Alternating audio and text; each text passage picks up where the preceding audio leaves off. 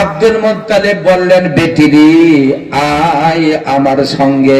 আমার আব্দুল্লাহর পোলা, আমার আব্দুল্লাহর বেটা একজন লড়কা আছে আমার পতারে, কোন দাইমাগুলো নিয়ে গেল না। তোমার যদি নসিবে থাকে আমার পতাকে নিয়ে যেতে পারবি। আব্দুল মুত্তালিবের পিছা পিছা ঘরের মধ্যে ঢুকে গেলেন। ঘরের মধ্যে মুত্তালিবের পুতুহু মানে আমিনা খাতুন বেটি রাসূলের আম্মা কলাই নিয়ে বসে আছে। নবীজি মায়ের কলাতে দুধ খাচ্ছিলেন, অমনি সময় দরওয়াজাতে গিয়ে খাড়া হয়ে গেলেন দাই হালেমা। রাসূলুল্লাহ দুধ খেতে খেতে দাই হালেমার দিকে চোখ খুলে দেখতে লেগেছে। अरे नबी को मालूम है कि मेरी माँ आ गई। बोलो मेरी माँ आ गई। नबी को पता लग गया, नबी के मालूम हो गया मोर माँ तो आसे गलছে। যেমনি দাই হালিমা দাঁড়াই দেখতেছে রাসূলের দিকে, আর রাসূল দেখতেছে দাই হালিমার দিকে। চোখে চোখের মধ্যে অ্যাকশন হয়ে গেছে।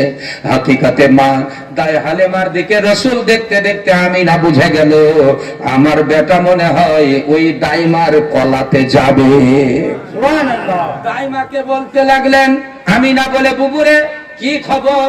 বলে, শুনেছি আমিনা তোমার বেটা নাকি দাই হালিমার হাতে তুলে দিবা। বলে, হ্যাঁ দিব। আসো একটু আমার বগলা বগলি আসো। কাছাকাছি গেলেন, যেমনি দাই হালিমা দেখে বলতে লাগলেন, দেখি তোমার বেটা আমার কলাতে দাও। আমার নবীজি মনে হয় কোন যুগ থেকে চিনে রেখেছিল। এক কথায় দাই হালিমার কলাতে উছলিয়ে চলে গেল। একবার লাভ দেওয়ার মতো গেমা, লাভ দেওয়ার মতো উছলিয়ে চলে গেলেন। সুবহানাল্লাহ। লাভ দেওয়ার মতো চলে যাওয়ার পরে দাই হালিমা নবীকে কিচমিচাই ধরে নিয়েছেন আর ডানটা স্তন পান করাই দিলেন। আরব দেশের আওরতের মধ্যে একটা স্বভাব আছে ভাই, ক ক করে আওয়াজ একটা দিচ্ছে না, ওই ক ভাব একটা আছে, বেশি বাড়া দিয়েছে এই জন্য না, কিন্তু কমাইছে না সাউন্ডটা, ক ক ভাব একটা আছে আওয়াজ। ধ্যান দেন ভাইরা, আমার দয়ার নবী যেমনি দুধ খেয়ে নিলেন, বাম দুধটা দেওয়ার পরে দাই হালিমা এত চেষ্টা করলেন নবী আমার কোন মতোই বাম স্তন পান করে না। ব্যাপার কি হালিমা? এরে ডানটা স্তন তো দিলাম তোর বেটা খুব মন ভরে খেয়ে নিল নবীজি, কিন্তু বাম স্তন রাসূলুল্লাহ খাই না কেন? নবীজি তোমার বেটা খাই না। সুবহানাল্লাহ। বলো না দিলদার সাহেব, আইয়ে স্টেজ মে আইয়ে। বাবারা ভাইরা এদিকে ধ্যান দেন, বেটি দয়ার রাসূল কোন মতই খাই না। আমার হালিমা বলতে লাগলেন, নবীর মা তাই মারি আমার বেটাকে জবরদস্তি করিস না কেন? বলে, আমার বেটা পেটের মধ্যে থাকতে থাকতে অনেক কিছু আমি দেখেছি, এই বেটা আমার অনেক কিছু এখনো ছোট্টবেলায় বুঝে পেকেছে, এই জন্য আমার বেটাকে জবরদস্তি কোনো কাম করাবি না। জবরদস্তি খাওয়ালেও আমার বেটা তোর খাবে না। বুঝে গেল হালিমা যে এ বাচ্চা আলাদা বাচ্চা, এই বাচ্চার জন্য তো আমি নসিবের স্বপ্ন দেখেছি। বলছে হালিমা হয়ে গেছে, বুঝে গেলাম। হালিমাকে আমিনাকে বলছে, আমিনা বাবু তাড়াতাড়ি আমাকে বিদায় দিবি। আমিনা বলছে, মা বোনরা যে তোমার কোলে তো আমার বাচ্চা এসে গেল, তুমি কি নিয়ে যাবা? বলে, হ্যাঁ, কিন্তু বাচ্চাটার বাপ নাই।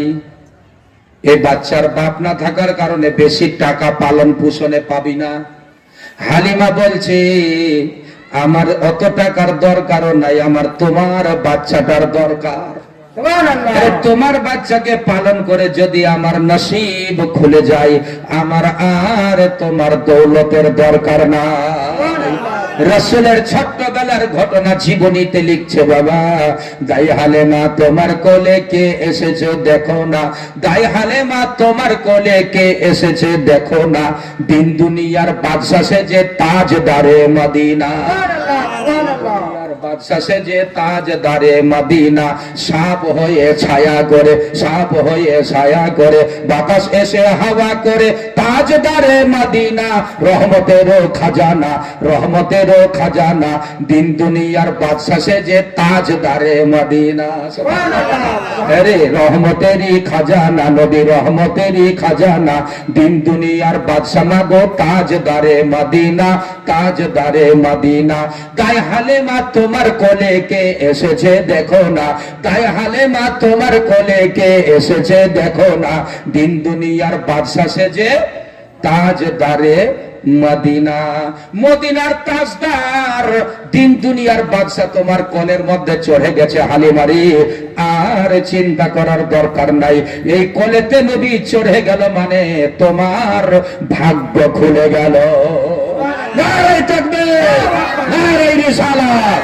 नबी का दामन नहीं छोड़ेंगे, नबी का दामन नहीं छोड़ेंगे, नहीं छोड़ेंगे। নবীর দামান ছাড়েন না। হালিমা দামান ধরে নিয়েছে নবীর। হালিমার যখন কোলে নবী আমার দুধ খেয়ে নিলেন, হালিমা বুঝে গেলেন এই বাচ্চাটারই তো আমি আমার তায়েব শহর থেকে স্বপ্ন দেখেছি। সুবহানাল্লাহ বলেন, সুবহানাল্লাহ। হালিমা আমিনা তাড়াতাড়ি বিদায় দেয়, আর খালি দিলে দিলে বলছে, আল্লাহ এই ছোঁয়াটারে তো আমি স্বপ্ন দেখেছি আমার ঘরে তায়েব শহরের মধ্যে। আমিনা দেরি করো না, আমার বাইরে আমার মরদ বসে আছে। মরদ বোঝেন না, ওই স্বামীটা কি নাম বলেছি? হারেস।